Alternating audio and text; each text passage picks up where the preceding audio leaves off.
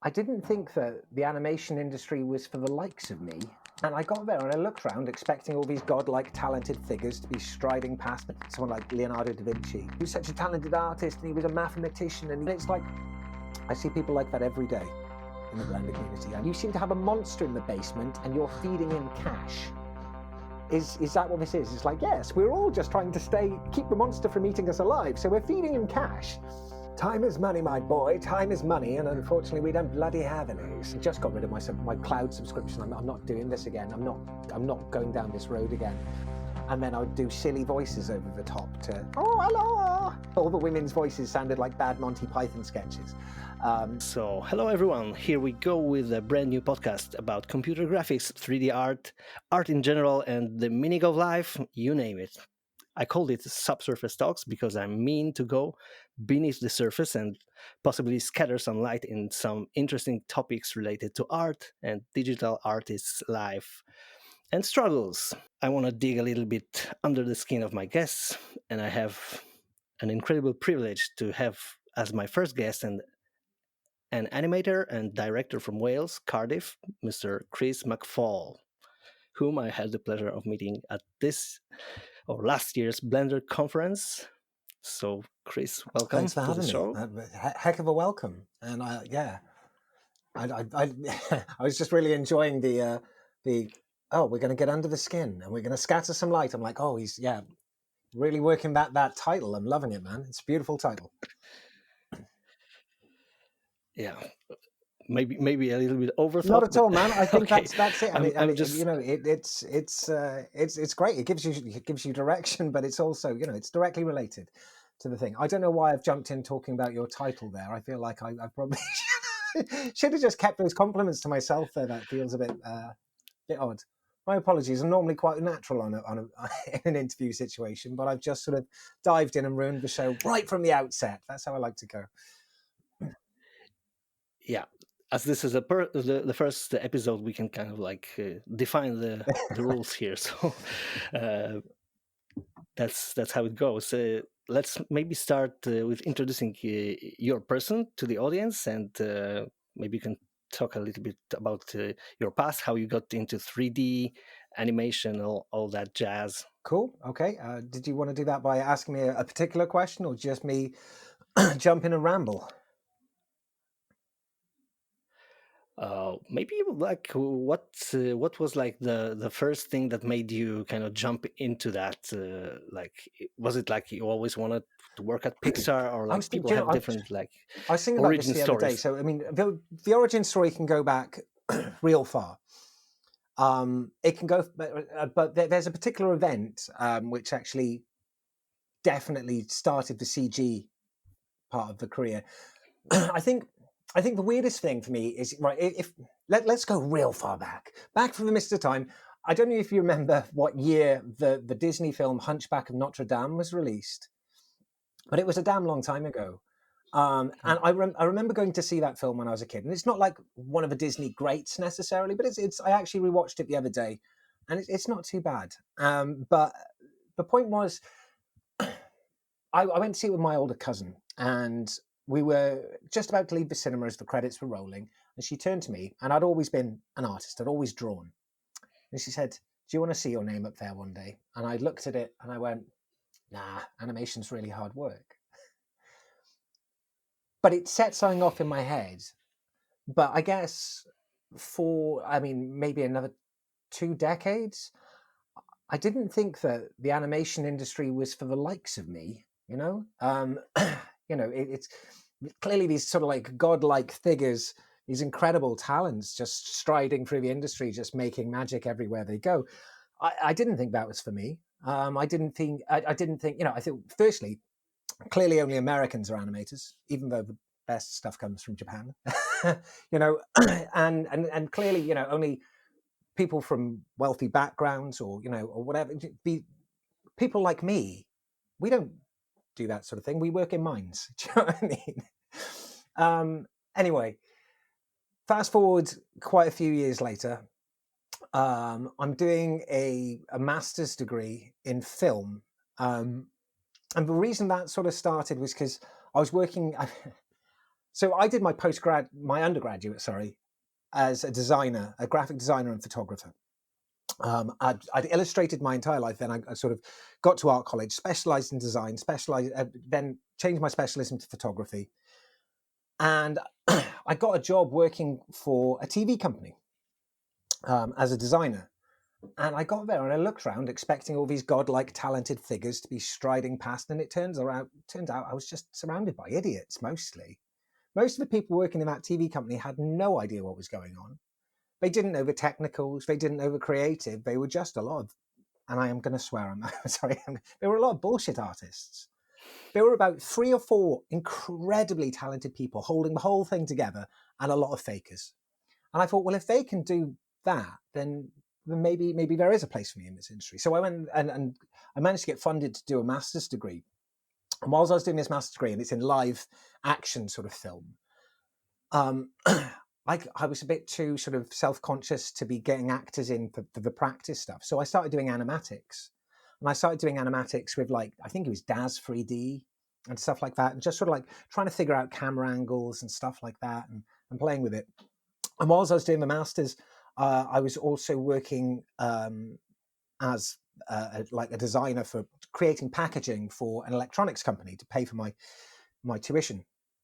And whilst I was there, this was the Blender instigating point. I've made this a rambling, like, 3-part epic, haven't I?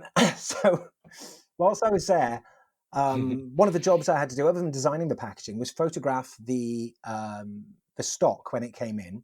So we had photos to send to the catalogs. So like the Argos catalog here in the UK, it's one of those catalogs you can go through, you can buy anything in it. You know, it's like, iPads, garden furniture, all that stuff. So we had to photograph it and send it off to Argos. And my boss comes over and he says to me, Chris, look, we've got a problem. We've got this product and we need it in the Argos catalog by tomorrow.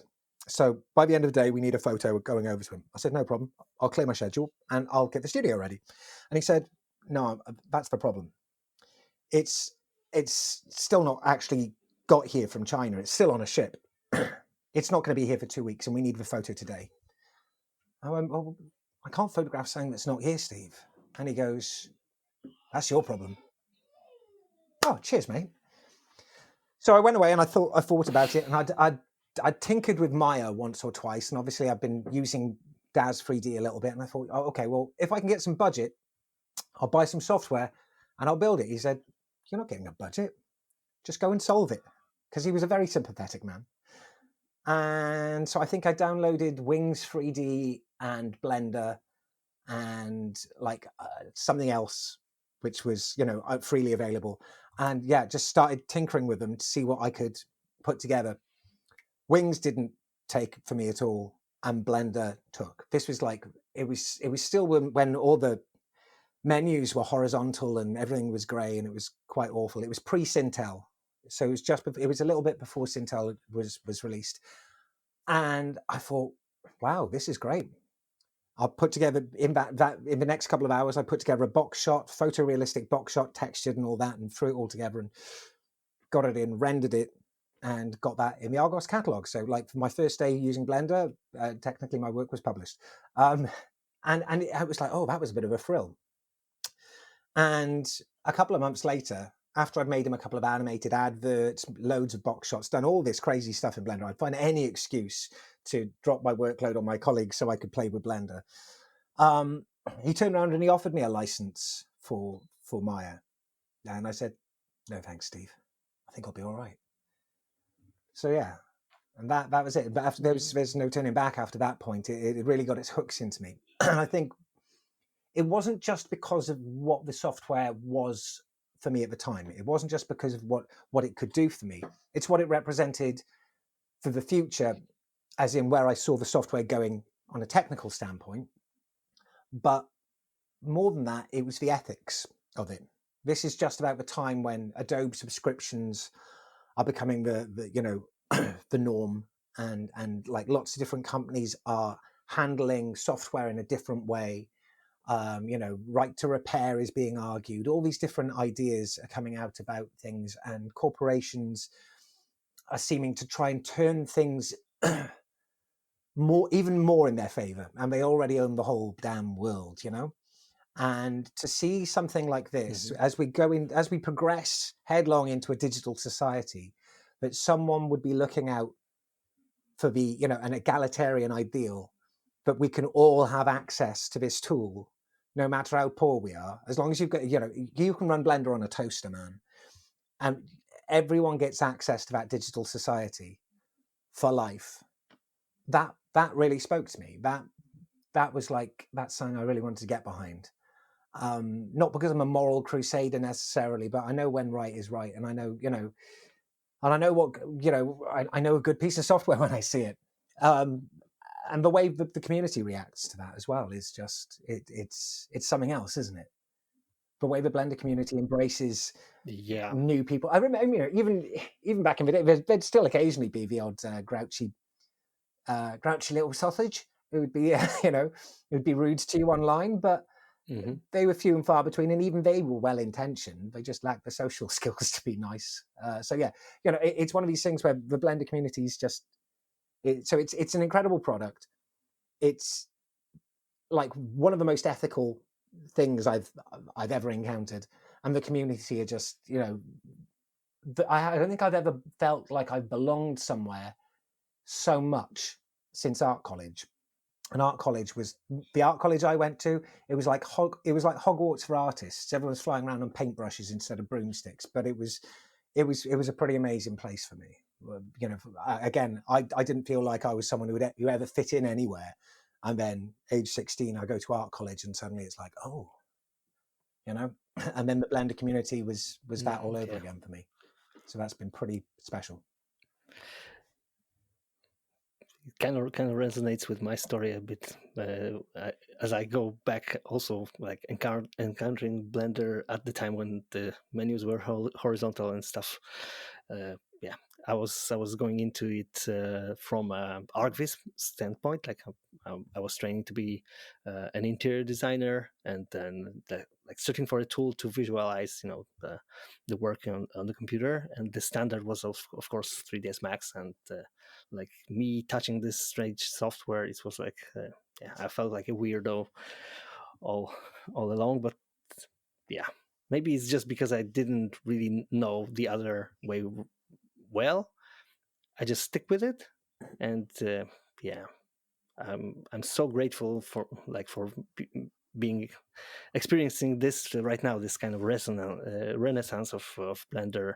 Like right now, I don't feel like using something like of a lesser quality, not for some years now. Have you noticed? Have you noticed with a few years back, it used to be, oh no, I don't want to use Blender. It's I use a real tool. It's I use real big boy software. There was that sort of attitude, and then it got to that sort of, oh, I opened Blender once and then I shut it immediately again. And now it's more and more I'm hearing people going, oh my God, I'm so glad I stuck with Blender. I'm so glad I gave it a try. I'm so glad I opened it more than once, and oh my God, I'm obsessed now. And it's more and more people are just waking up to that thing. And I think it used to be a case of when we started, you had to use it for quite a while before you could fall in love. It was like having a very ugly girlfriend with a really, really big heart. Do you know what I mean? That's a horrible way of putting it. But do you know what I mean? It's like, oh, I fell in love over time. I couldn't help but fall for you.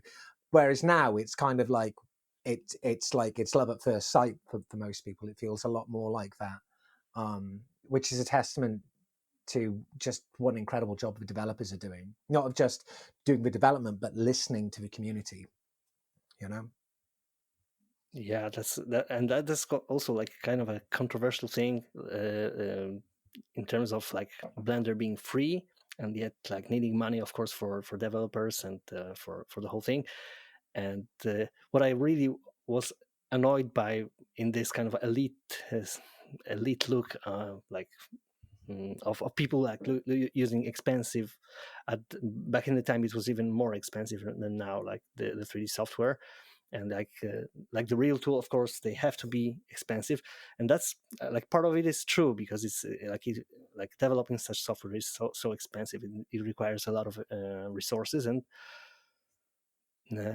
but this also leads to this kind of attitude like everything is solved by money, kind of like you just need to buy the right tool and it does it for you. So someone else like really takes the responsibility for solving your problems with a tool.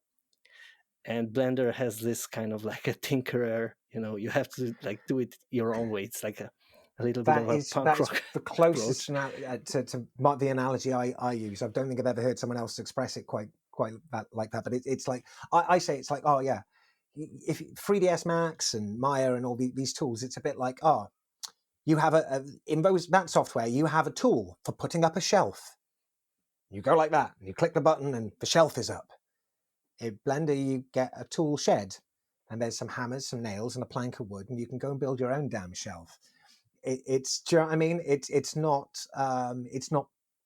built on presets and these different ideas. Like, I mean, if you've ever used Houdini, they have specific nodes for. I love Houdini as well, but it has these specific nodes for specific tasks.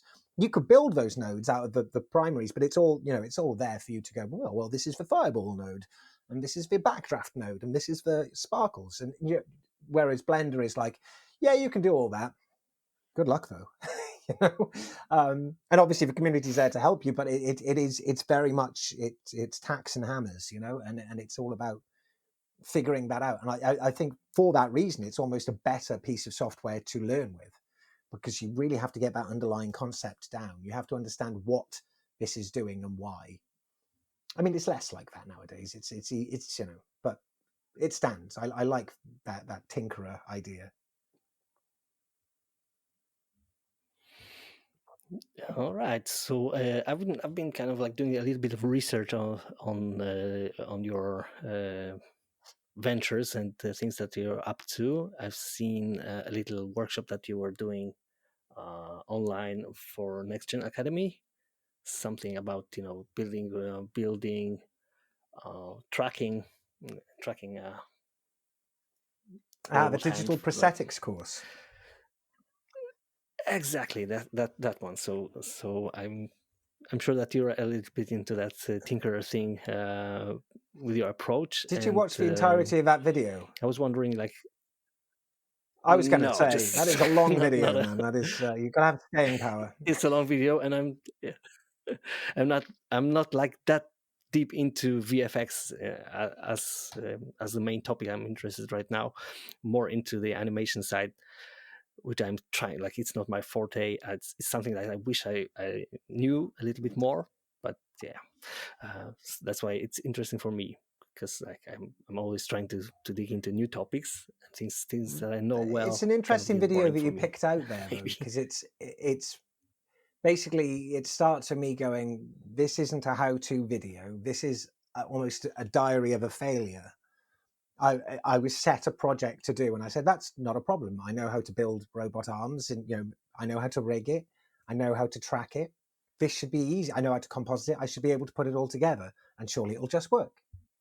And then it didn't, and it repeatedly failed and became this real chore. And I knew ways to do it that would guarantee it would work, but I wanted it to be something accessible to any of the next gen students, that you could do it with, like, some felt tip pens and a camera. You didn't need to have like Vive trackers or something like that, or a mocap suit. And I wanted it to be this, anyone can do it. And it was a bloody nightmare. It was really tough. And whilst I did actually complete, to some extent, complete it, it was more about, that video was more about, here's how to approach, a CG shot. Here's how to approach a visual effect or animation shot, and here's how to think about setting that up. Here's the things that you need to consider when you're approaching something new.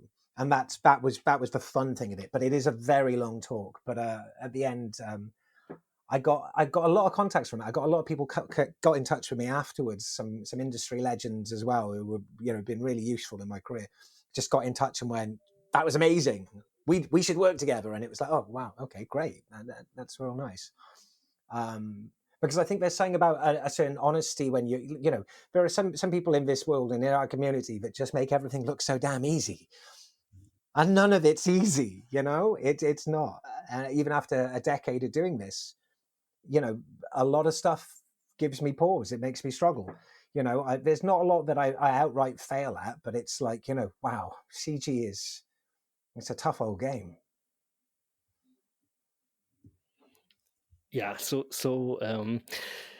kind of like dissecting this, the two things that you've shown in your Blender conference talk, which I recommend highly for everyone listening to the show to watch. It's a very great talk. I really related to that, also because of that human kind of learning from your failures, or this kind of approach that you showed on the talk. It was like very touching, and everyone, I think, experiences that in his struggles as an artist, as a human being in general. So if anyone just want to watch it, it's up on the Blender channel, official Blender channel. I think all the talks are there. So Chris's talk is also there, and he mentioned his two current projects, or things that he's been developing, and those are two totally, like, maybe not totally, but very different things. Like one is an animated movie. It's kind of like a CG cartoon thing on a Gameland, right? And the other project is more like a VFX. I mean, so you're talking about Ungameland and Dragons. I just wanted to ask, sorry. Just wanted to ask which part of it, because it seems like you're enjoying both of these, and like which one is more dear to your heart. Like it's definitely the animated stuff, in the sense that Dragons was a short film I shot over 3 years ago now, and we couldn't get any funding and we couldn't get any money for it, and all the people who got involved were amazing, but we did it out of our own pockets, and we sort of threw it together, and it was one of those things that it was going to be like a visual effects showcase for me, where I was going to show off my very, very, very best visual effects skills.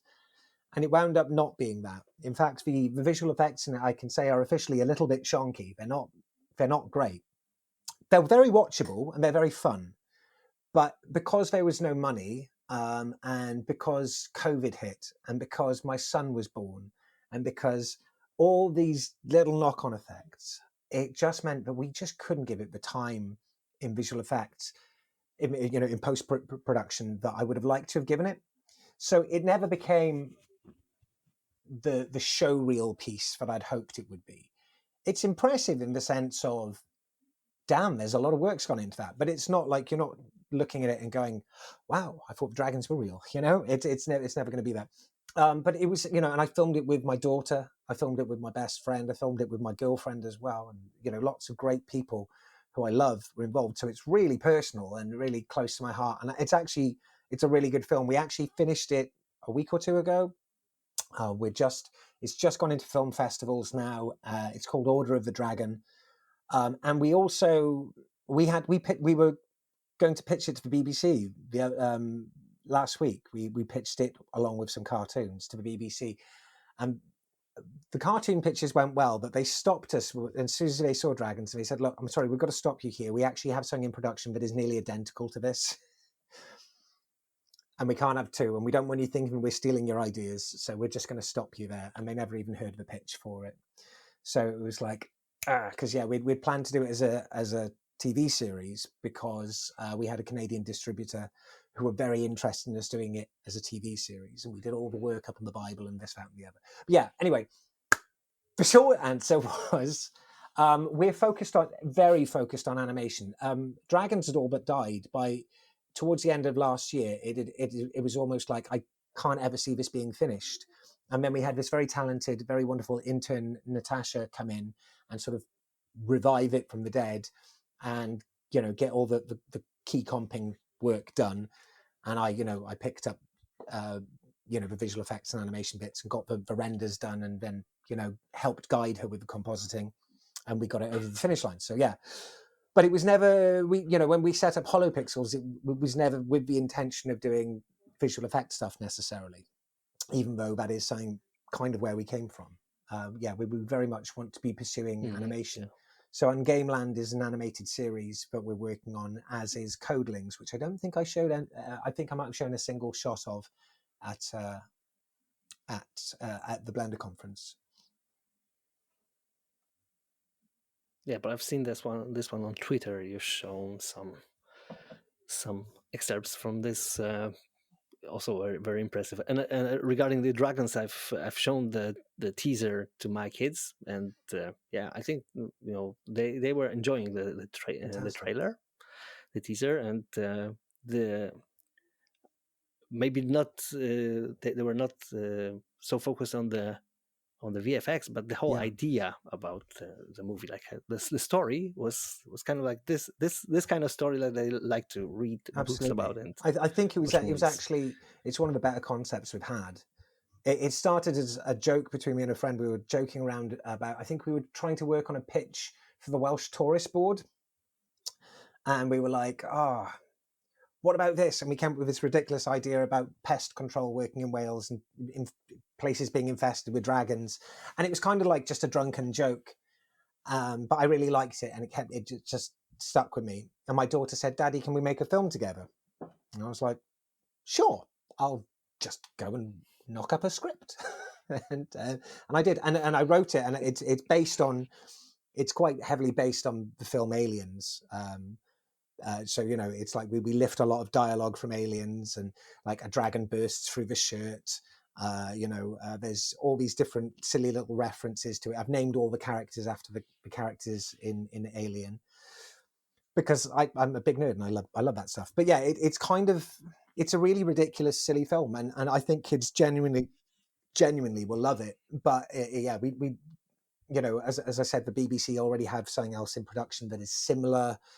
And we struggle to get funding to make the short, so we're never going to get funding to make a feature. So I don't know what the future is for Dragons, but if it does come to a film festival near you, take your kids. It's sure to be a family favorite. It's a great. It is. I'm really proud of it. All the actors, all the crew, everyone who worked on it, they put so much joy into that film. I wish I'd done it more of a justice with visual effects, but time is money, my boy. Time is money, and unfortunately, we don't bloody have any. So, yeah, that's where we found ourselves stuck. Yeah, I still enjoy the first season of Doctor Who. With I think it's great, though the budget wasn't so big as later seasons. But yeah, it's sometimes the VFX is not the I think that's what I kept telling myself was, what if I sunk £1 million into this to make the visual effects, is it going to make it a better film? No. The story's there, the jokes are there, you can see it, you can enjoy it for what it is. It doesn't need all of that. As long as the dragons look better than the dragons in The Witcher, I'm happy. Because the dragons in did you see that, The Witcher? I really enjoyed the show, and some of the visual effects were great, but the dragons, they looked sick. They didn't look well. Anyway, yeah, that's just my opinion. I just realised I just publicly slammed another visual effects artist and studio's work, saying that's not right. I'm sure there's very good reasons that dragon didn't quite look right, but yeah, who am I to criticize? Yeah, there was a lot of this kind of discussion online with the Rings of Power when they but I disagree with that. I thought the Rings of Power looked fantastic. I thought, my God, TV series look like this nowadays. I thought it was a beautiful film, a series. I thought it really was fantastic, and I really enjoyed the plot and everything. But then I'm not a Tolkien purist. I read the books when I was little. I got halfway through the Silmarillion, but I'm not someone who like tried to learn Elvish. I live in Wales. Elvish is derived from Welsh. Do you know what I mean? Yeah, I don't need to learn Elvish. So yeah, I guess I didn't have as much skin in the game with Rings of Power. I could just take it and enjoy it as a show, and enjoy it ideally. I thought it was phenomenal. I thought it was very. I genuinely do find it a bit distressing that nowadays the culture is to tear entertainment apart rather than just enjoy it. Because let's face it, everyone talks about back in the day when it was like, oh, well, movies were movies and it was great. It's like, did you ever see True Lies? Did you ever see every other Arnold Schwarzenegger film? They're not works of art. Yeah, they're fun, but so's a superhero film. And I appreciate we've had maybe a few too many, or a little bit of. It's not that we've got too many superhero films. It's that we haven't got enough of the others. Do you know what I mean? But yeah, it makes me sad that people, you can spend millions and millions of pounds making something for people to enjoy, and they refuse to enjoy it. They fight enjoying it and just taking it on face value. Not everything has to be, held to that sort of standard. Something you can just go and enjoy it. Just try. Who's winning in that situation? They've got your money. Go and have a nice time. Try your best. I don't know. Maybe I'm not making sense. Yeah, but also there's like I think the internet and the social media, maybe I don't know. It's kind of like it's so easy to rant, and people kind of like seem to enjoy it, just to make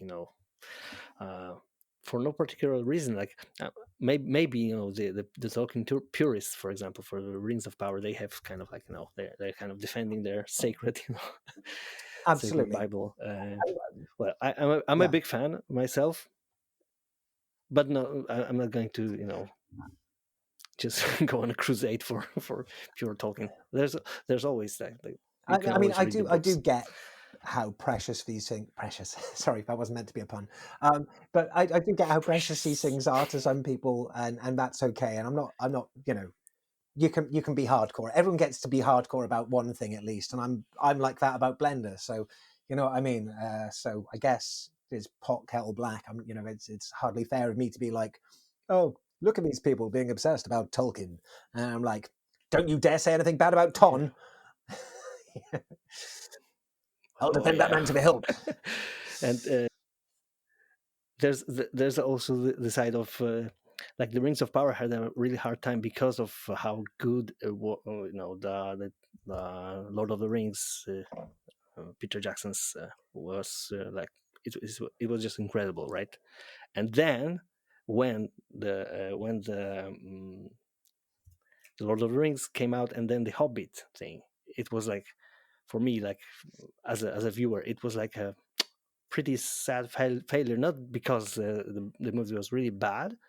It was like when I was watching like the first part, the first like half an hour of the first part, I was really really happy, because it was like so much the mood of the book. It was all there, and then they tried to make it into another Lord of the Rings, and that was like, and you could really feel it, that it was not because the creator really wanted that, the studio demanded like, it. No, I don't know. It was about the whole production, the marketing thing. I felt that, or maybe it was like the creator just tried to like go again into the same, Sure, the same thing, right?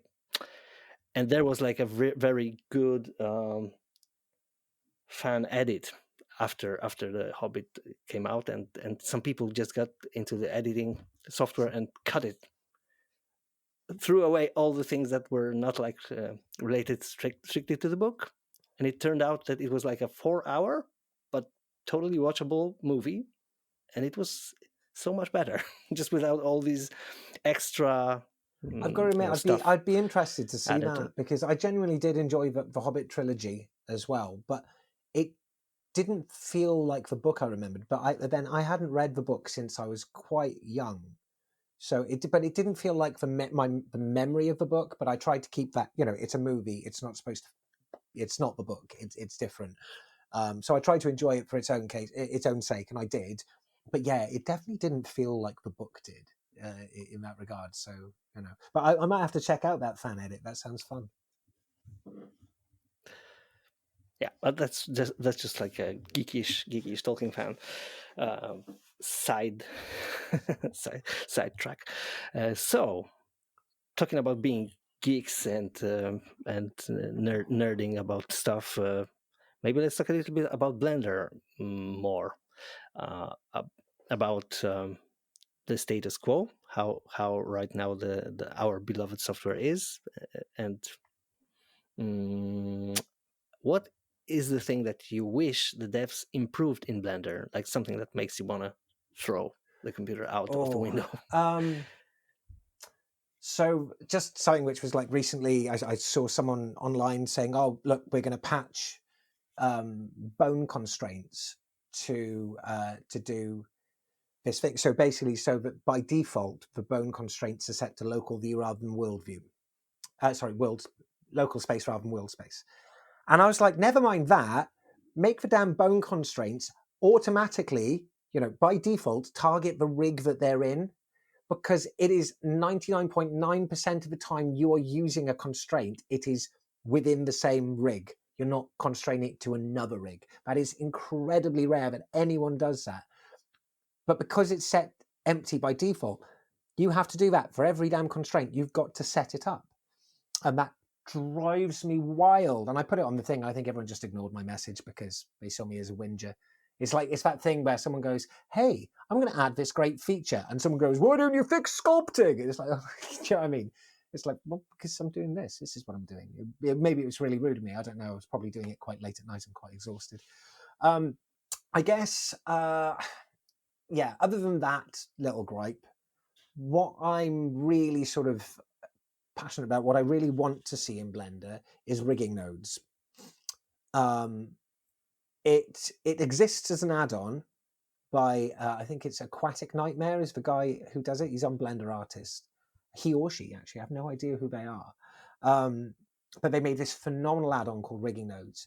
But I don't think it's been updated in a year.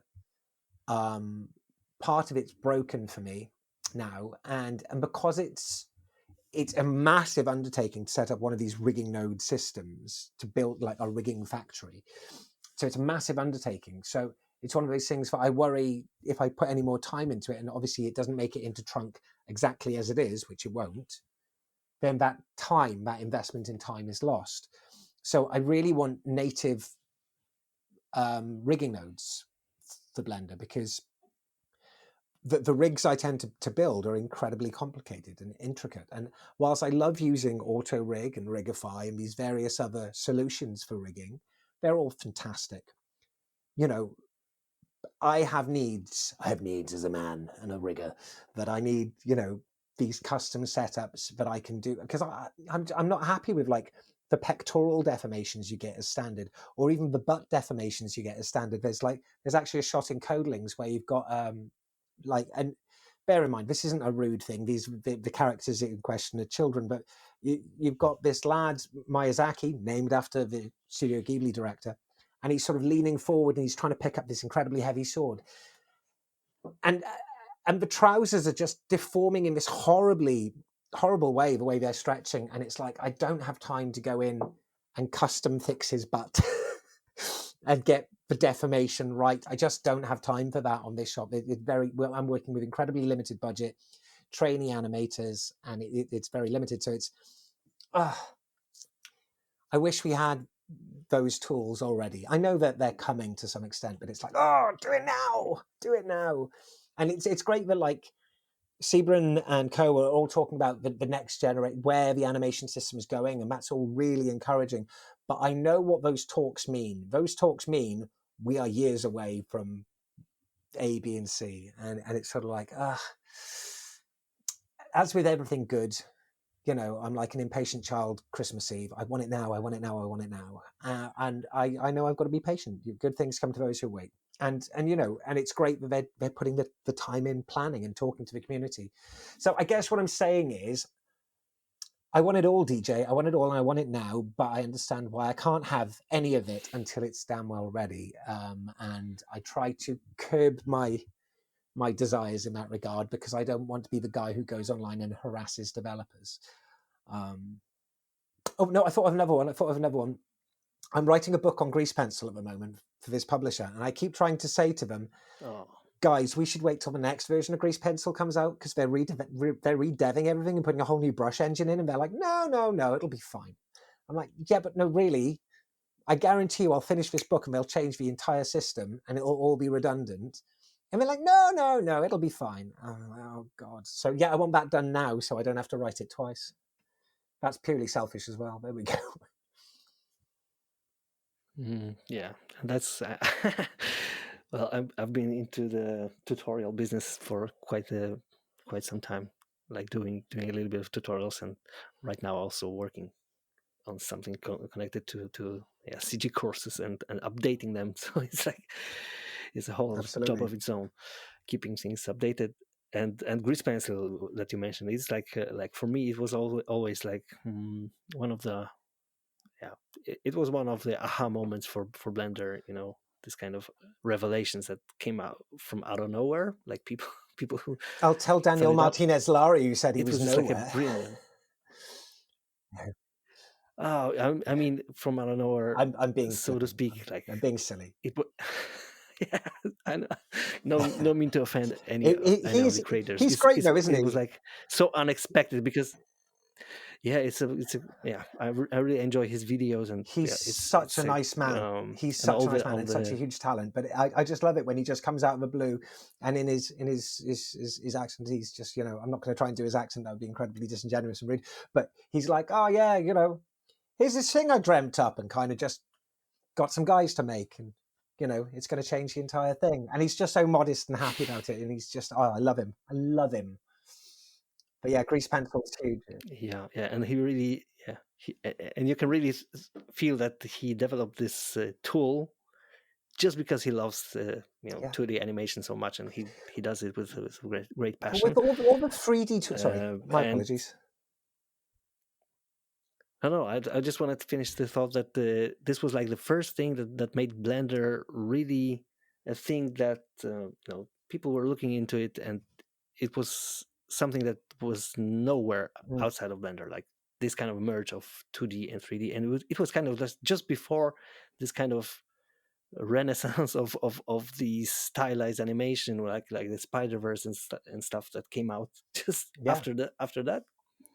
So it was kind of like prophetic. Well, I mean, I'm doing a lot at the moment with trying to get all the studios in my country. So as you mentioned, I'm from Wales. I'm trying to get we've got a relatively small animation community. So all the very sort of community active studios, the studios who, aren't insular, they're speaking to everyone else sort of thing. So basically anyone I can talk to, I'm trying to get them all to adopt Blender, because we have a relatively small freelance sort of animation pool, and we suffer from a lot of brain drain. Basically, a lot of animators have to go across the border to England or go to Ireland or to Scotland to get work, and which is, that's fine. We're the United Kingdom's, we're relatively small islands, but it's kind of like, I figured if we can get the ecosystem more sort of friendly, where we're all on the same tools, then it's and those tools are free, then that's better for the animators, because they don't have to be buying licenses to maintain their skills if they're downtime from work or whatever. The studios have more money to spend on the animators. Do you know what I mean? I figured that this is going to be a net benefit. And because of grease pencil, because a lot of the studios I'm talking to are primarily 2D, because a lot of the studios are 2D, it's grease pencil that's swinging the deal. It's because grease pencil exists and is such a flexible tool that they're like, well, this looks great. But the problem that they're having is not enough professional animators have Blender in their back pocket. It's not enough of the sort of studio ready guys and girls are Blender artists, because the people with experience have been using Maya for years, and they don't really have time to come and relearn, or but more and more of them want to. So we've set up an apprenticeship. Well, the Wales's first animation apprenticeship, one of the UK's first animation apprenticeships, probably the first Blender centric apprenticeship in the world that I'm aware of.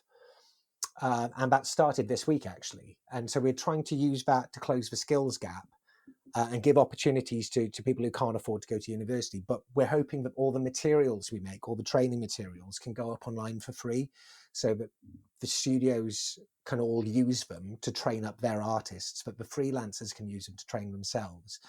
And that it's hopefully production level quality is the idea. And that's not to say that the tutorials that are currently available aren't production level quality. It's more that they seem geared towards the freelance individual rather than here's how you work with this tool in a production team in this environment. That's what we're looking to create so that it can make sense for teams to work with. So yeah, that was a big waffle, wasn't it? It was like, you mentioned grease pencil and I was right on it. I'm just like, I'm just going to talk for half an hour about myself because apparently that's what I do. Yeah, and I want to dig deeper into that because I wanted to sink into that because I've seen that you were involved in the Thinking Feeling, a short movie. Yeah, a short movie by Blue Zoo Studios.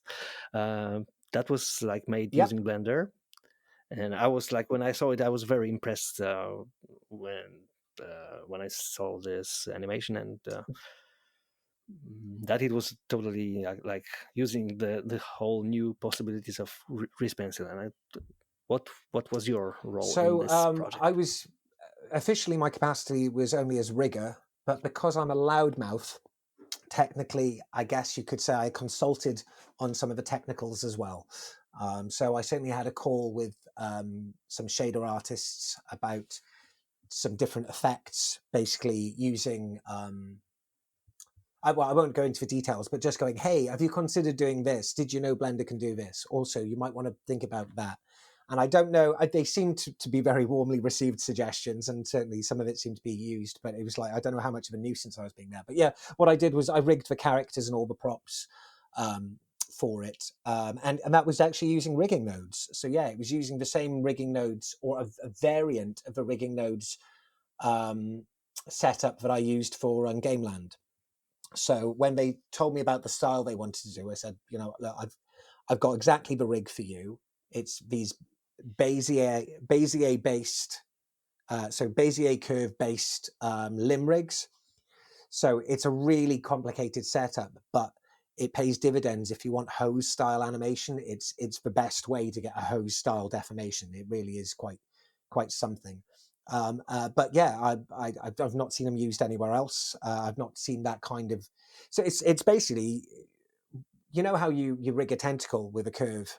You can do that sort of spline IK sort of thing. Well, I've sort of mixed an IK FK spline IK hybrid into this ultimate hose arm rig, and I meant to do a tutorial on it for years, man. But it's like I filmed the tutorial and then just never sat down and edited it. I've got probably about 4 days worth of like back-to-back tutorials filmed, but I'm never going to get them edited. They just die on my machine. They'll be out of date and and stuff before they ever see the light of day. It's one of those things that if you've ever seen my YouTube tutorials, you might notice a distinct lack of editing because I do it in a single take and then I post it.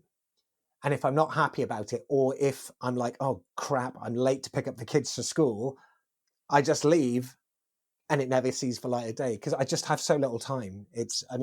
You're a dad and you're a professional CG artist. I'm sure you can attest to just how little free time you actually get in this life. It's like, most of my sleeping, I'm dreaming about projects. I'm trying to because I've got to write so many scripts and I've got to write so many like Bibles and pictures and all this sort of stuff.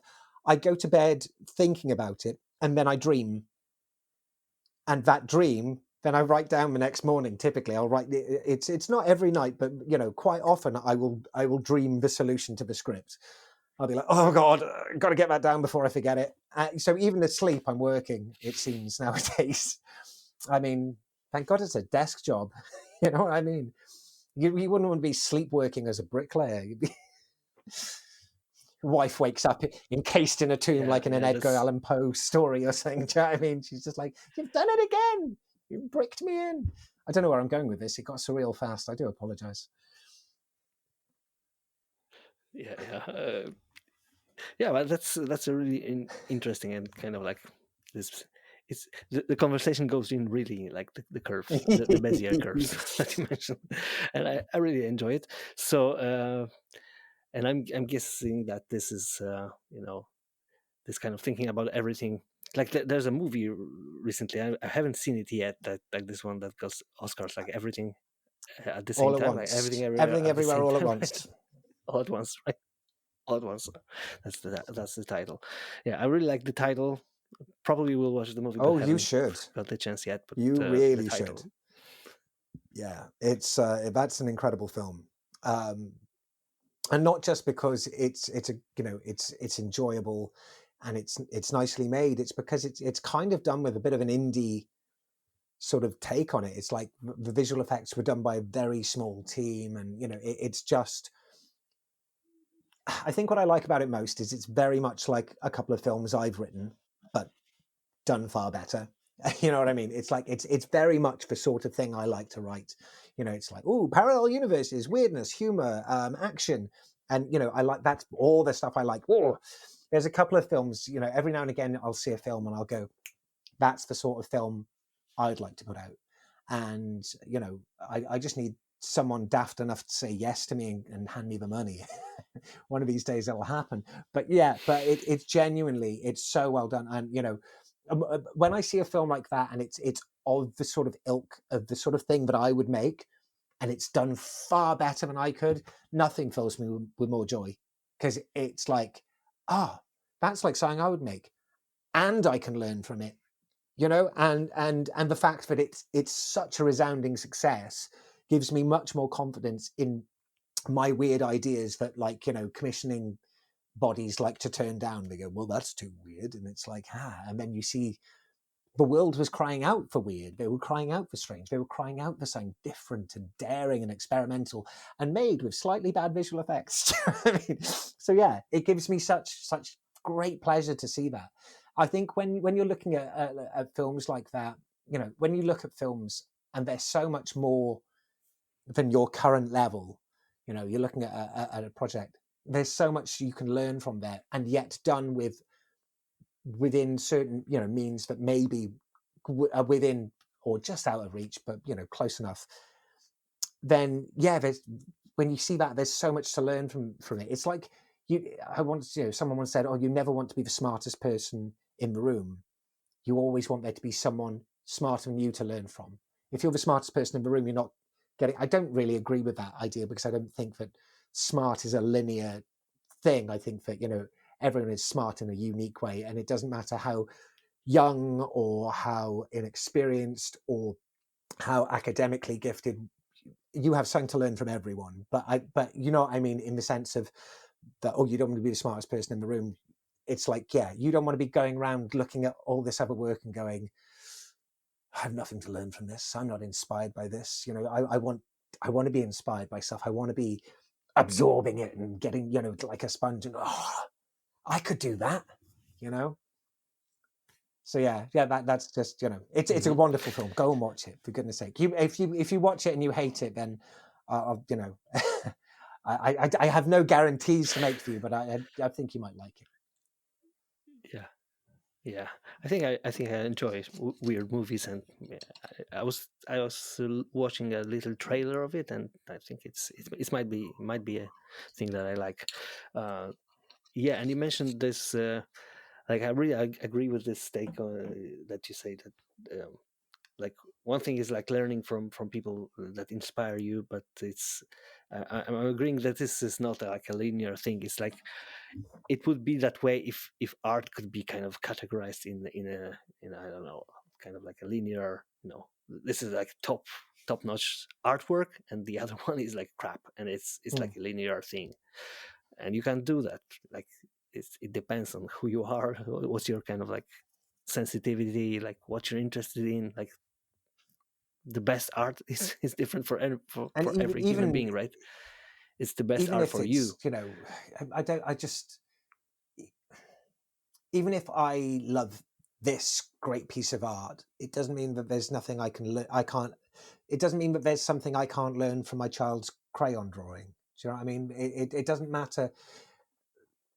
It's like, I watch people's first time YouTube tutorials in Blender because it's like the naivety of children. They don't know what they don't know, and sometimes they think around corners in ways that you would never dream of doing after using it for 10 years. And I think that's remarkable. I love watching new YouTubers going, I've learned to do this in Blender, or I've come up with this thing in Blender, and every now and again you'll just hit gold, and it's wonderful. As well as it's just, it's sort of like, particularly if you're doing any education with Blender, it's like it's sometimes just watching the mistakes they make can teach you a lot about, yeah, of course, I remember thinking that way when I first started, and it's like, yeah, I should address that in my next tutorial.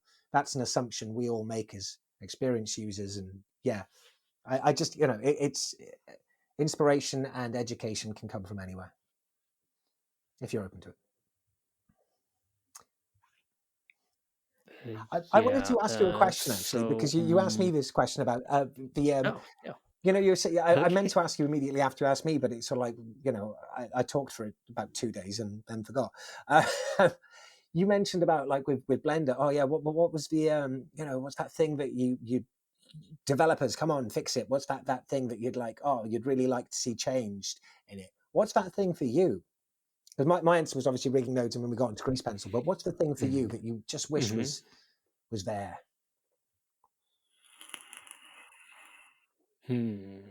Recently, I'm really missing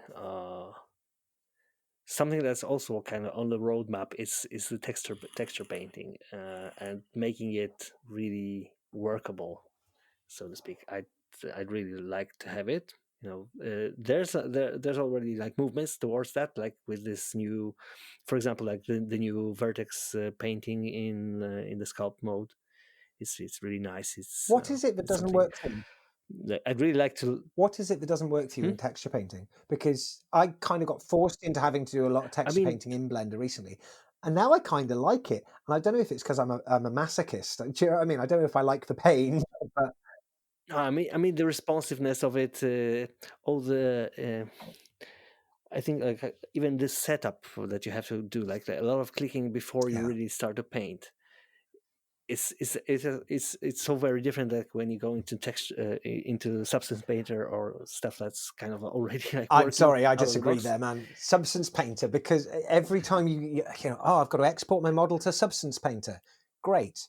20 attempts later, I might get the model into it. It's like, oh, this isn't aligned. This isn't working. You haven't done this. You haven't done that. And it's like, just go in. But then again, I haven't tried Substance Painter since, since Adobe bought it, because I've been working with Quixel for years, since they were a Photoshop plugin. And Substance Painter, sorry, Quixel's a separate one. But I've been working with Substance Painter for a few years, not quite as long as I had been with Quixel. And yeah, when Adobe bought it, I just got rid of my cloud subscription. I'm not doing this again. I'm not going down this road again. I had to say goodbye to it, which is a shame. And this isn't me hating on Adobe. I genuinely hope Adobe will come round to listen to the consumers again and go, okay, maybe there's a better way of doing this. But Substance Painter had the best subscription model. If you paid for the subscription, after X amount of months, you owned that version. You got to keep it. You didn't have to pay anymore. You could continue paying maintenance, but when you stop paying maintenance, that's where where it ends. It was wonderful. It was the best of both. I could pay as I went, so I didn't have to, outlay 500 quid, but I got something in return. I owned my software. And then Adobe came along and took that away from me. The one subscription model, they should have bought their subscription model, never mind their software. And that I hope they come around, because I was obsessed with Adobe since I was a kid. I wanted to work for Adobe before I cared about Blender. I was obsessed with them, and I still think they have some great products. And I just ethically disagree with that. Anyway, I'm sorry, I jumped in and trampled all over you. But yeah, I found that I haven't worked with it in quite a few versions, so I don't know if it's easier now. But just exporting something to get it into Substance Painter was arduous, I found. yeah. So yeah, that's one thing that was a little bit for me. Well, now when I think about this, there's also one thing that's kind of like being worked on, and it's improving a lot. Like it's already improved. It's video sequence editor, like making Blender a tool for that. But like in my last job, I really learned to Yeah, use me too. Resolve, Loving Resolve. Da Love Vinci, Resolve, man. and it was just like so much more so much easier to get into. Like Blender is really powerful in that like, you can do a lot in VSE, but you really have to kind of adopt Yeah. yourself to that, because it's totally different than any other editing software out there. And It's coming along though. I'm It is hoping coming that this will along. be I don't think that Blender should ever be a fully featured video editor. I think it should have a more refined video editing workflow. Yes, but it doesn't need to be all that. It's great that you can sequence stuff. It ties into so many different other elements of the software. But yeah, I agree. It definitely does need work for VSC, but yeah, I wouldn't want it taking away focus from certain other areas as much as I enjoy having it in there. But yeah, that's the problem of the Swiss knife approach, like the tool for everything, but it's never going to be the best tool in all those areas. And yeah, although unless everyone goes goes to Blender and every developer just joins into the bandwagon, but then I don't think that would be I also do the find it best. odd, however, that there Just are being the so few open source video editing applications that are even vaguely viable. Do you know what I mean? It must be a very difficult thing to code a video editing software, because there was quite a few, but none of them ever reached maturity or stability before they just seemed to disappear off the map. And obviously Resolve is free, but it's not open source. And that's fine, because I really like their business approach. They're there to sell hardware to the big editors and stuff, and that way they get to enjoy a much larger user base by making it free. And I don't know anyone who begrudges paying 250 odd quid for the studio license. I don't know anyone who even batted an eyelid at that. We were like, yeah, have my money, give me those tools, I'll take that. Yeah, and that's the thing, that scarcity of open source projects that are really successful in this creative. Maybe this yeah, the need is not that big. I don't know. The community is not that hungry for it. I don't know, but I think it also comes down to like people running those open source projects. Like Blender is like the wonder child of this open source industry, I'd say, if I you mean, can call it industry. don't let And there's Linux. like there's also Yes, of Krita. course. But I was going to Recently, say, Krita is. I'm don't really don't happy ever let into it. a Linux user hear you say that about Blender, because it'll be like, no, Linux is the crowning jewel of open source, which it kind of it. Which distro? Yeah, I've never managed to get into Linux. I've tried very hard, but it's deadlines always approach, and I'm like, I'm just gonna have to go back to Windows where I'm comfortable. But yeah, one of these days I will master Linux. But Critter, you mentioned, I've been using it more and more recently, and I love it. I absolutely love it. It is quite hard to get your head around, though. It operates in quite a different way. It's definitely not trying to be Photoshop or anything else. It's trying to be its own beast. And that's what I loved about Blender, was it's like, it's going, we think this is the best methodology. No, it's not the industry standard way of doing it. And no, it's not the way that everyone's familiar with. We think this is better. And if you don't agree with us, just go elsewhere. That's fine. Obviously, Blender's relented on that somewhat. It's very much trying to look at user adoption nowadays. But Critter's still got a whole chunk of that attitude where it's like, yeah, this is the way we're doing it. On your bike if you don't like it. And but the brushes, but everything about it's lovely. It's really lovely to draw in. It's quite responsive. The tools there are crazy, like I've barely scratched the surface with it because I don't get to do as much. Because I do so much drawing in grease pencil, which is not as an enjoyable an experience. But it's like, I don't know. I love being able to sculpt my lines after I've drawn them. Oh, that's great. That is great. But the lines don't feel quite as good going down. But the fact you can just whoop, whoop, whoop, that's great. I really enjoy it. Yeah, and towards animation, it's like probably it's also so much better. Yeah, connected also with this whole 3D world. Absolutely. Because I think like people are doing also animations in Krita. There's I think a possibility I of have doing that, seen but that never tried this Krita myself. can do animation, but you're never wrestling me away from Blender in that regard. It's like no, I know where my bread's buttered. I know how I want to work. I'm not going to step away. It's one of those things like, even if like some other software is more suited to a particular task, quite often I'll find myself roughing it out in Blender just because I enjoy being in Blender. I enjoy the interface. I enjoy how it works. I enjoy my familiarity and muscle memory with it. It's like, yeah, it's going to take me twice as long to do this in Blender because like that piece of software is better suited for this particular thing. But I'll do it in Blender anyway because that's where my happy is,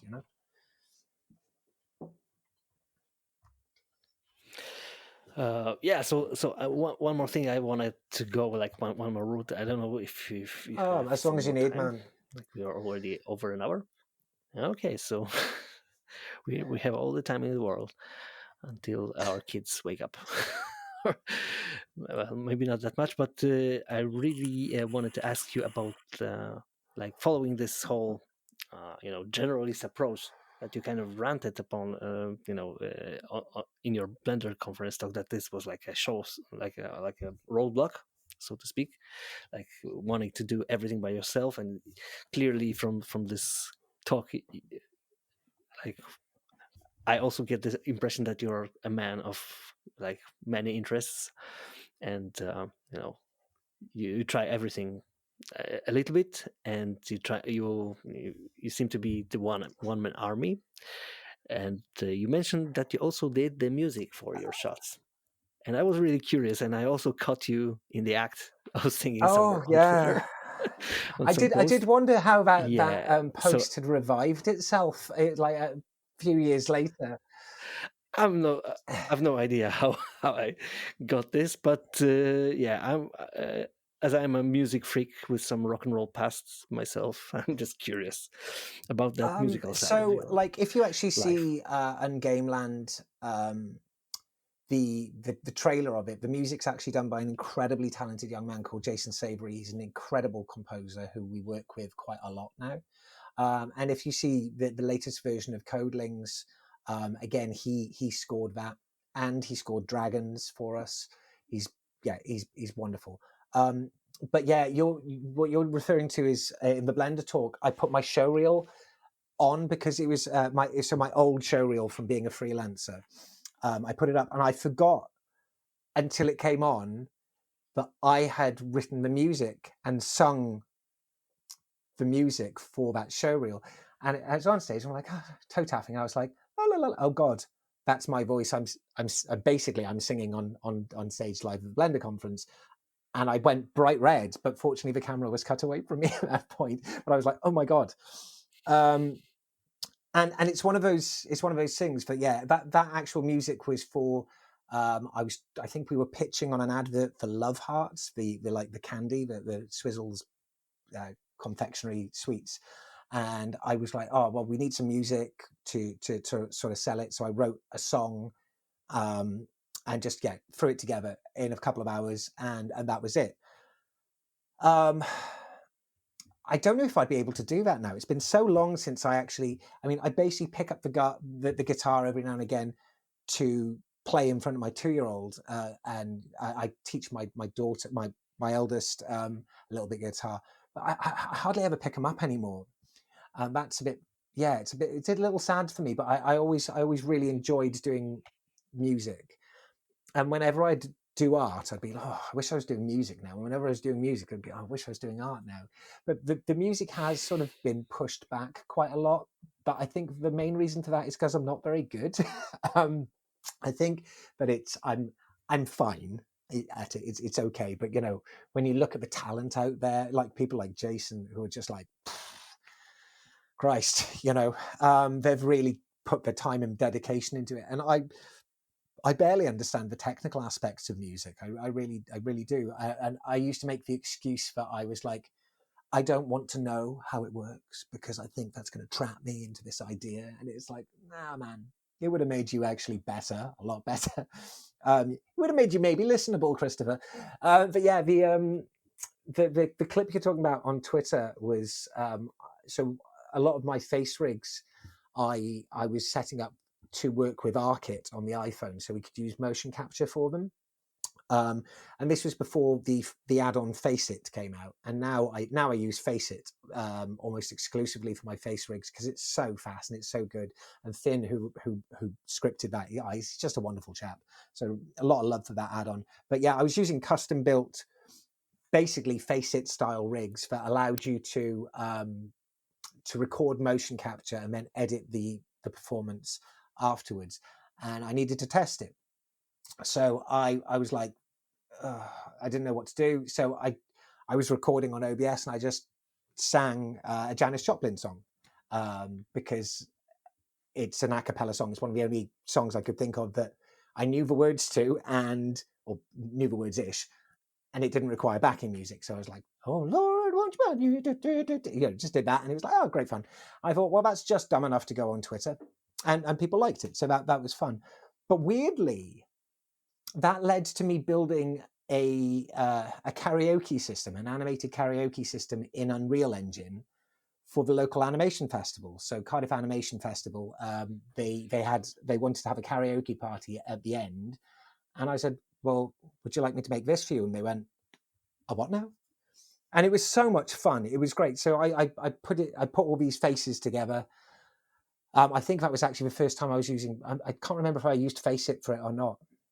I don't think I did. I think I manually rigged those faces for it. And I got a couple of people to make their own submissions of faces, and I put it all together, used Unreal Engine for the first time, really, for a serious project. And yeah, built this animated karaoke system that you'd get up and sing into the microphone, and the phone would capture your facial movement and translate it into an animated character, which we projected up on this huge dome screen. And yeah, everyone got absolutely howling drunk and sang some belters. And yeah, that was the only time it's ever been wheeled out. Although the people who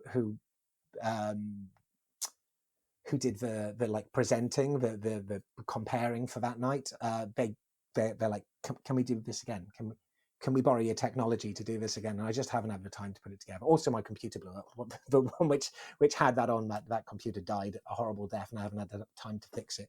But yeah. So music is, I think that the thing about music and animation is that animation's all rhythm.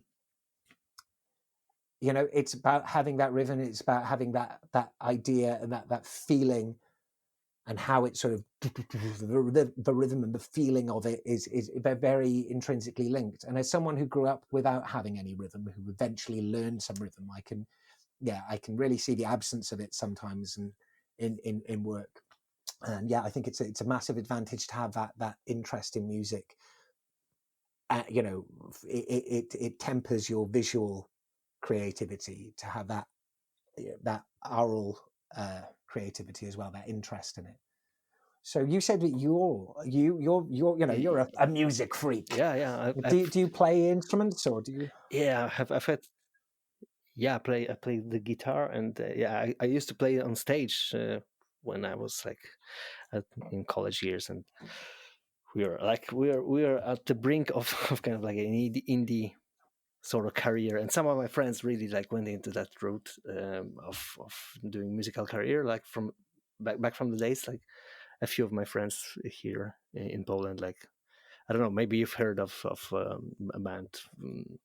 If you're into indie rock, Trupa Trupa, it's like That does sound my familiar, town. actually. Yeah, And they were kind of like they were kind of like a little revelation in some of indie festivals in States. In I don't know, Primavera Sound, they played some big festivals or kind of got good reviews in press That's and really stuff cool. like that. I used to play with them We in the garage. So. do you know? Well, I mean, when I was of the age of being in bands, I played in quite a few different bands, and I don't know if you've heard of Funeral for a Friend, but yeah, they were part of that sort of whole emo movement. And there was lots of bands from Wales, and Bullet for My Valentine, and all these sort of things. And yeah, and there was a whole musical scene. We all sort of knew each other and supported each other's bands and stuff, and that was kind of good fun. My band actually kicked me out because they wanted to go hardcore metal, and I mean, I was like, we sounded a bit like Smashing Pumpkins meets the Deftones, maybe something like that sort of thing, bit of Nine Inch Nails, that sort of stuff. We were heavy, but they wanted it to be like Poison the Well level of heavy, really dark. So they kicked me out, and they changed the band name from there. Well, essentially it's a new band. They scrapped all the material and called themselves Shaped by Fate.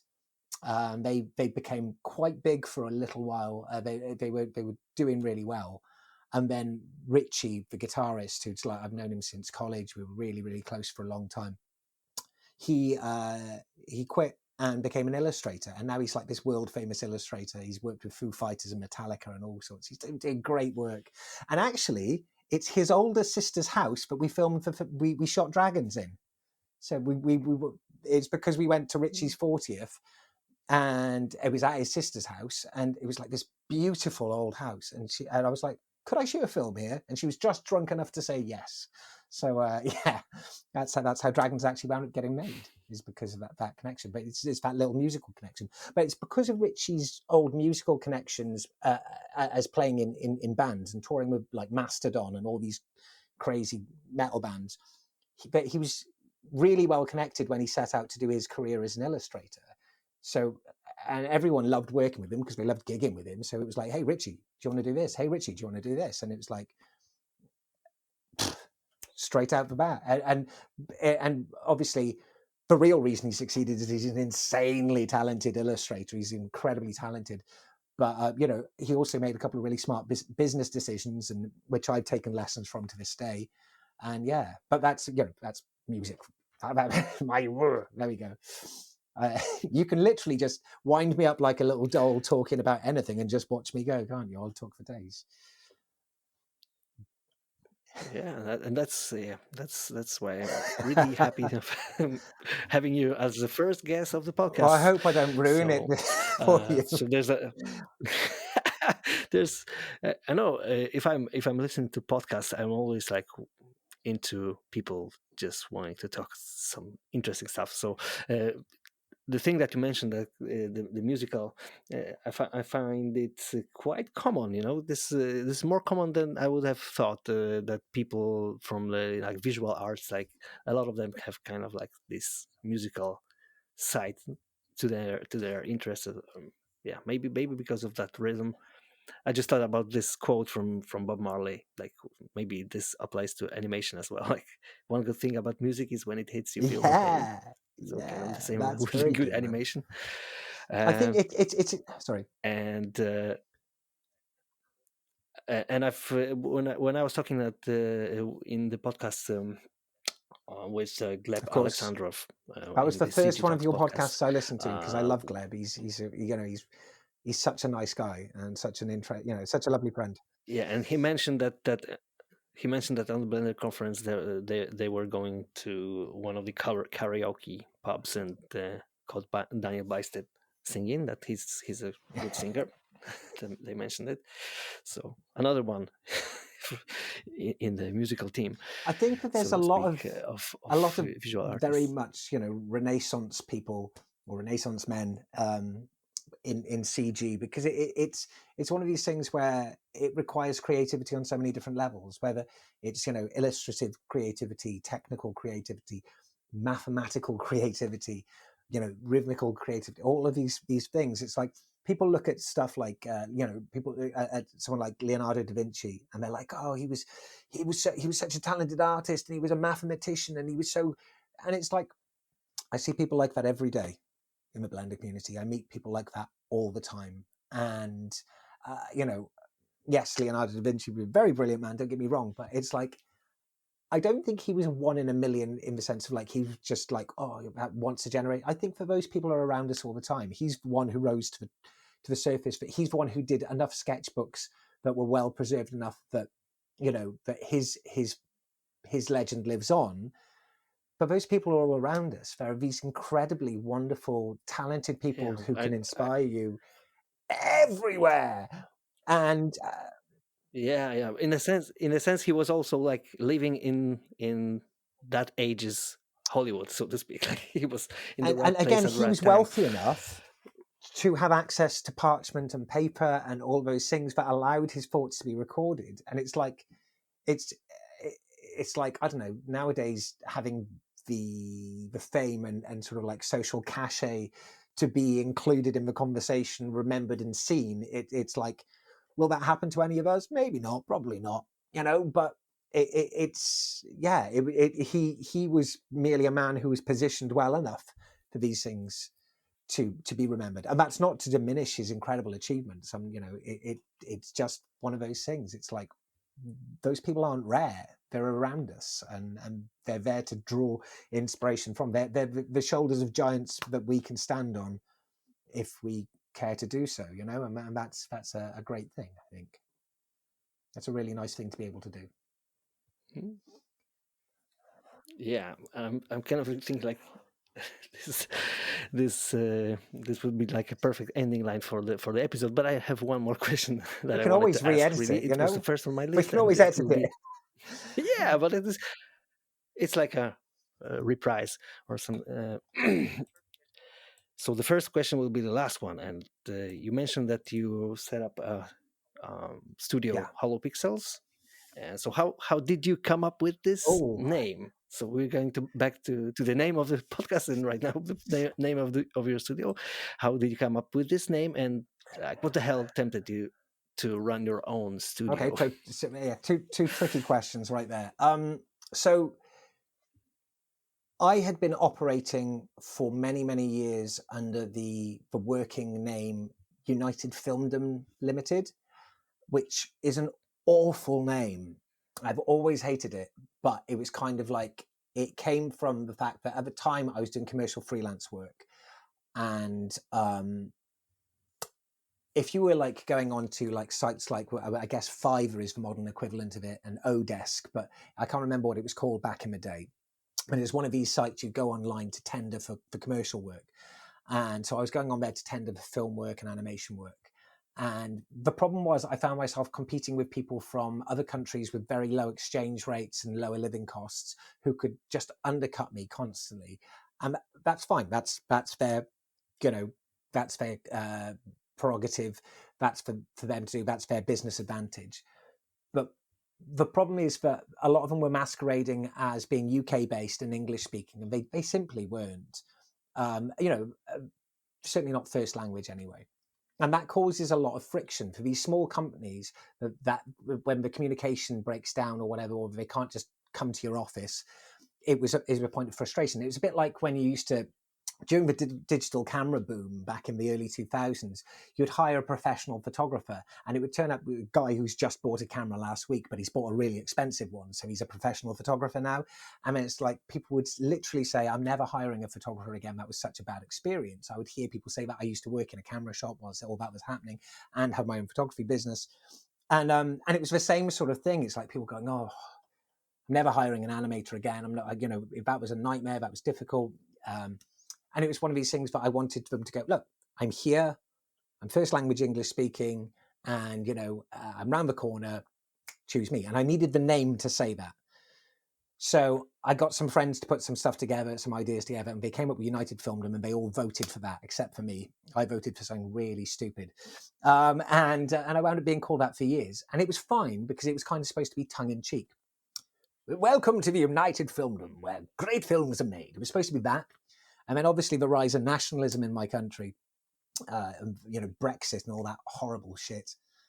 And it really made me hate that name. Fortunately, I just, for ages, I struggled to rename it. In fact, my business is still officially, in a business capacity, is United Filmdom. I have a second business called Hollow Pixel Studios. And the reason that Hollow Pixel exists is because whilst the actual animation and work is done by United Filmdom, technically, even though we don't say that name in public anymore because Hollow Pixel owns all the intellectual property. So my colleague and producer and very good friend John has worked with me on these projects for free. He doesn't get paid because there just simply isn't enough money for him to get paid, and this is my only source of income. So he works on them as a producer, and what he gets out of it is he gets 50% of the intellectual property at the end. So he's seeing it as an investment, and then he's got to go and sell it, and one day we'll sell one of those things and he'll make his money back. But until then, he is oh god, I'm a terrible friend. I'm a terrible friend. It was his idea. I didn't suggest that business setup. But yeah, we knocked around ideas for a name for a while, and I just liked the idea of, we're filling pixels with things like joy. So the pixel has to be hollow for us to fill it with excitement, joy, entertainment, sexy times. I don't know. It just seemed to make sense. And I think that because I'm from that sort of 90s music, sort of grunge sort of thing, words like hollow and stuff like that, they have a certain resonance with me that I really enjoyed. And and you've got like bands like Radiohead, Hollow Pixel. It's got that sort of thing. I think we threw around a couple of ideas, but 20 minutes later, the only one we remembered was Hollow Pixel. Is the only one which stuck. And like, I instantly knew the logo was going to be a take on the default cube and the XYZ axis gimbal in Blender. And then, we just got that refined by my friend Lori, who's a phenomenal designer, and she refined the logo and tidied it all up for us. And even though I studied design, I think sometimes it's one of those things that you really need someone else to look at something that personal for you. You shouldn't be that close to it. So we got the wonderful Lori Howells to redesign that logo and tidy it up. And Hollow Pixels was born. But why we set up the company? One, I hated my old company name. Two, we needed something to hold the IP. And three, I got into this business. I got into animation because I wanted to tell stories. I was, if you remember, right back at the start of the podcast, I was doing a master's degree in film, and I was creating animatics. I was creating testing shots and blocking basically with CG software, so that I could figure out what my shots would be. And then I would do silly voices over the top to, oh, hello. All the women's voices sounded like bad Monty Python sketches, because it was just, I only had me to work with. So it was always with the intention of being a storyteller. And then for so long, I was making colostomy bag adverts and corporate videos and all of that stuff. And I didn't sacrifice this much. I didn't work this hard for that to be my legacy, So I just had to try to be the storyteller I thought I was, that I promised myself. And I see why more people don't do it. It's really hard. It's really hard. So just the creation of it, you think that the creation of the thing, that's going to be the hard bit, right? Well, no, that's not the hard bit. You can graft away for a year or so, and you can make that pilot episode. You can write the script in a couple of weeks, and you can build the characters. You can rig it all. You can animate it. You can edit it. You can composite it. You can grade it. You can get it all done. You can get the music written. You can do the voices. You can do all of that. That's not the hard bit. Try selling the damn thing. Even if it's great, it's so. We went to Miami to Kids Screen earlier this year, and I'd never been to an event like that. And I was so naive, man, about what this industry is, and I knew I was naive. So people would say, "Hey, what are you doing here at Kids Screen?" And I'd say, "I'm literally here to learn what questions to ask, because I just don't know the first thing." And we found out so much about how stuff comes together, and it's all about how money works and money flows. And it's like, it's like you get welcomed into this thing and you see the actual industry as a whole, and it's like, oh, you seem to have a monster in the basement and you're feeding him cash. Is that what this is? It's like, yes, we're all just trying to keep the monster from eating us alive, so we're feeding him cash. And it's like, wouldn't that be better spent on animators and maybe writers? And no, we'll make generic shit so we can feed him cash. Oh, okay. So that's how that works. You go, yeah. And then there's the details of that is like, have you ever heard the term co-pro before? It means co-production. Very, very, very few things in animation are made without a co-production. So two countries making a deal where they've like, you get funding from country A and funding from country B and a tax break from country C.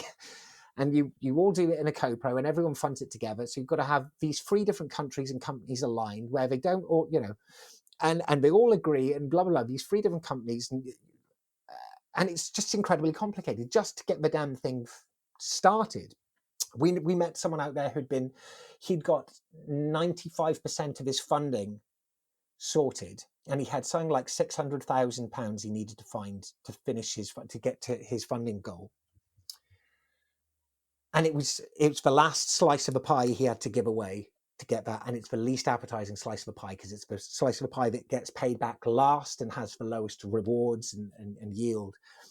So it's 6 years he's been looking for £600,000. 6 years, and everyone's greenlit it. Everyone said yes, and he still can't get it damn well made. And it's just this horrible money game. And I don't begrudge it. It is what it is. But it's like, oh Christ, you think for the struggle's done when you down tools and you think we made it. We finished our episode. Now we just we'll show it to some people. Someone will love it and someone will pay us for it. And it's not that. I mean, you could get that. You could get that with one of the streaming giants like Netflix or Amazon, but they're taking your rights with them. They're taking the intellectual property, and they'll give you a check and say goodbye. That's what I've been told anyway. That's how that works. I don't know if that's how that works. It's never happened for me yet. I mean, I haven't put it in front of those people yet, because it turns out when you go to Kidscreen and you pay several £1,000s to get a ticket to go to Kidscreen, they're all on a different floor and you're not allowed on that floor. So it's so weird. The industry is vast and sprawling, and I went around the entire thing wearing Blender t-shirts to see if I could attract any other nerds, and I did. I found my people out there. So yeah, and also a lot of studios going, do you do training? Because we want to move our workforce over onto Blender because we want to save £1 billion a year. So yeah, more and more people interested. Anyway, that's the segue. But yeah, it's strange. Why would I do a crazy thing like start a studio? Because I want to tell stories, and because I'm so naive. But I thought that I always knew it was going to be hard, but I allowed myself to remain naive so that I would, it's keep my head down and do the work and hope, I guess. So it's a terrifying journey. Yeah, well, I guess if you take a look at the Blender story, it's also like the whole idea of just funding, buying out the rights for Blender, and the whole thing as it started, like moving away from commercial software to you mentioned being Resolve open source earlier. It was totally naive. But yeah, it's there is an audio book called, well, it's an actual book as well, called Be More Pirate. And if you like what you've heard from me, I recommend that book. It's really interesting. It's about basically, it's about thinking outside of the box, really, in terms of business. But it's also about the sort of like how pirates are misrepresented, because it's like pirates were like, if you were LGBTQ in that day and age, and it's illegal or immoral or whatever, you're going to be persecuted. It's a sailor's life for you, my son, because there is freedom. And it's like a lot of workers' rights and basic principles of unions come from pirates, if you actually look at the history of it. And this book is really fascinating. It might all be a lie, but I found it very motivating, and I really liked the thinking of going down your own path, because people tell you there's a route to industry, And they're telling you that based on something that happened to them or people they know several years ago. And this industry, it's evolving fast. Those paths, they're closing up behind you as you run down them, like some sort of horror movie. You know, you have to find your own path, and you have to be more pirate, and you have to be, you know, crazy, just like someone like Ton, who was like, oh, okay, well, this is screwed. It's actually like you were saying you like Resolve. I think the best software in the world, Resolve and Blender, they come from companies that nearly failed. They licked the back of the head of failure. You know, they were like, bye, and ran away. And that's not a phrase that anyone's ever used before, licked the back of the head of failure. But they came so close, within a hair's breadth of being sunk forever. And then it just took someone doing something really brave or really stupid, as I'm sure everyone told them it was at the time, buying it out, making it open source, or making it free. Like, because Resolve, it's nearly crashed and burned a dozen times, but it's, you know, it's that sailing too close to the sun, or sailing too, you know, just it's having your sail set on fire and everything burning around you when you have a really, really great idea that everyone goes, that's not a great idea, and you go for it anyway. I think what I'm trying to say is that, yeah, there are no easy routes to success, and you know, you don't know nothing's a good idea until someone's already done it, at least in the eyes of the common folk. And we don't have to be the common folk. We can all go and blaze a trail ourselves and figure it out for ourselves and hope. And that, you know, a little bit of naivety can go a long way. I think that you know, that worked for Steve Jobs. It worked for Ton. It worked. I wouldn't like to compare myself to any of those people. I'm certainly not trying to do that. But I'm just saying that if you're out there and you've got an idea and you want to do something, be a bit more pirate and try something. We're breaking so many rules to try and get where we've got, and we're not very far along at all. But we wouldn't have got this far if we'd followed the rules. You know, if we'd done things like everyone else, we wouldn't have got this far. Yeah. Really love this. It sounds like a great summing up of the whole talk, and it kind of reminds me of The Hobbit, like we were talking about Tolkien for. You're just saying that because I'm short and I've got hairy feet. It's like you have to step. You have to just step out, you know, the door, and you never know where it's going to. I mean, that was the you. part of my talk. Was it's the hero's journey, isn't it? It's, and I'm not calling myself hero, but when you look at the structure of a great career, it's that stepping out into the unknown. It's going and doing something exciting. And I might fail tomorrow. In January, we nearly went out of business. I haven't mentioned that yet, but yeah, I had to lay off my one remaining animator. I had to lay him off, unfortunately, and I love that guy to pieces. And we gave notice to the studio and said we can't pay rent anymore, because everything had fallen through, and it was a last minute Hail Mary pass, and we managed to save the funding that we thought we'd been guaranteed, and it turned out it hadn't been guaranteed. There were still a few more things they needed. And we've tried to turn those failures into wins, actually. Like, so one of the things that happened was the funding body turned around and said, we won't pay for laptops for the apprentices on this digital training course, this remote digital training course. We won't fund the laptops. It's like, that is a rather large chunk of change that you've just now told us, and we're due to start in a week. So I went and spoke to NVIDIA, and NVIDIA I expect them to turn me away and say, you can't come to us asking for free laptops. You're insane. They didn't. They looked at what we were doing. We said, we love what you're doing. This is incredible. We want to work with you. We can't guarantee we can get you all the laptops, but they came through today, actually, and they have got us some laptops. We still need to find a few more. But it's like, we got that just from asking and showing them what we were doing, and they were so positive and so responsive to us. And I can't believe a company that size would give us the time of day. But they were wonderful people. You know, they're really, really great. And that was because we had this huge failure. We had this awful thing happen where, you know, 15 grand's worth of funding just disappeared because some bureaucracy. And it's like, how do we turn this into a positive? So now we've got a working relationship with NVIDIA and a couple of free laptops, which we should go into it. Okay, we still got some work to do there, but it's trying to turn that into a positive and find a thing from it. I tell you what, I think this might be the closing line for you. This might be the thing to end on. Maybe, I don't know. I'm happy to talk to you all night, but I believe if you've got enough problems, you can tie them all together and see if they float. I genuinely believe if you've got enough issues, you can tie them together, and sometimes they fix each other and level it all out enough that suddenly it's not a problem anymore. We had staffing issues in the sense of we can't get Blender artists, so we're going to have to train Blender artists. And then it was like, okay, but there's also a skill shortage, and these guys they want Blender artists, and this wants that, and they want that, and it's like, okay, well, what if we tie all those together, and suddenly we're running an academy, training apprentices, making our original IP, and doing all of this stuff, and it's like, wait, how did that happen? Because 2 minutes ago we were drowning in problems, and now we're on a raft. And that's the strangest thing that to experience is like, wait, we got enough problems that we float now? Whereas one of them would drown you on its own and pull you down. You tie enough of them together and somehow it floats. Yeah, great.